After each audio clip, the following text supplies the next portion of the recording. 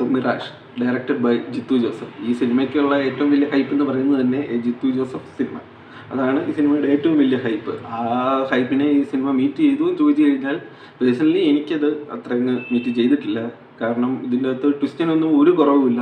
പടം തുടങ്ങിയ 30 മിനിറ്റ് കഴിയുമ്പോൾ തൊട്ട് ചറപറ ട്വിസ്റ്റുകൾ ഇങ്ങനെ വന്നുകൊണ്ടിരിക്കുക. സെക്കൻഡ് ഹാഫിലൊക്കെ ഓൾമോസ്റ്റ് ഇത്ര ഒരു 20 മിനിറ്റ് 25 മിനിറ്റ് ഇടവിട്ട് ഇങ്ങനെ ട്വിസ്റ്റ് ഇങ്ങനെ വന്നുകൊണ്ടിരിക്കുന്നുണ്ട്. പക്ഷേ അതെല്ലാം നമ്മളെ അങ്ങൊരു എക്സൈറ്റ് ചെയ്യിപ്പിക്കുന്ന ഒരു ട്വിസ്റ്റായിട്ടൊന്നും എനിക്ക് പേഴ്സണലി ഫീൽ ചെയ്തിട്ടില്ല. ചില ക്യാരക്ടറൊക്കെ നമ്മളിങ്ങനെ ആലോചിച്ചുകൊണ്ടിരിക്കും, ഇവരിപ്പോൾ ചതിക്കുമോ ഇങ്ങനെ ആലോചിച്ചുകൊണ്ടിരിക്കുമ്പോഴത്തേന് അടുത്ത സീനിൽ ഓൾമോസ്റ്റ് അത് തന്നെ നടക്കുന്നുണ്ട്. അതേപോലെ തന്നെ ക്ലൈമാക്സിൽ ഒരു സീനിൽ എന്താ ഈ പുള്ളി ഇങ്ങനെ ഇരിക്കുന്നത്, പുള്ളിക്കും കൂടെ എന്തെങ്കിലും ഒന്ന് കാണുമല്ലോ, ചിലപ്പോൾ ഇയാളായിരിക്കുമോ അത് എന്ന് വിചാരിക്കുമ്പോഴത്തേന് അതും ഓൾമോസ്റ്റ് തന്നെ സെയിം നടക്കുന്നുണ്ട്.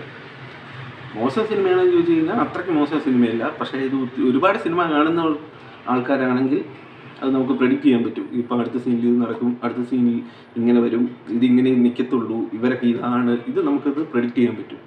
അതാണ് എനിക്ക് പേഴ്സണലി ഫീൽ ചെയ്തത് ഒരു കാര്യം. ഫാമിലി ഓഡിയൻസൊക്കെ ആയിട്ട് കയറുന്നവർക്ക് അവർക്ക് ഇത് എക്സൈറ്റ്മെൻറ്റ്. പിന്നെ ഒരുപാട് സിനിമയൊന്നും കാണുന്നില്ല, അങ്ങനെ വേറെ ഭാഷകളൊന്നും കാണുന്നില്ല, അങ്ങനെയുള്ളവർക്കൊക്കെ ആണെങ്കിൽ ഇത് അത്യാവശ്യം നല്ല രീതിയിൽ വർക്കാണുള്ളൂ. അല്ലാത്തവർക്കൊരു ആവറേജ് എക്സ്പീരിയൻസ് എന്നാണ് എനിക്ക് തോന്നുന്നത്. പേഴ്സണലി എനിക്കത്രേ ഫീൽ ചെയ്തിട്ടുള്ളൂ.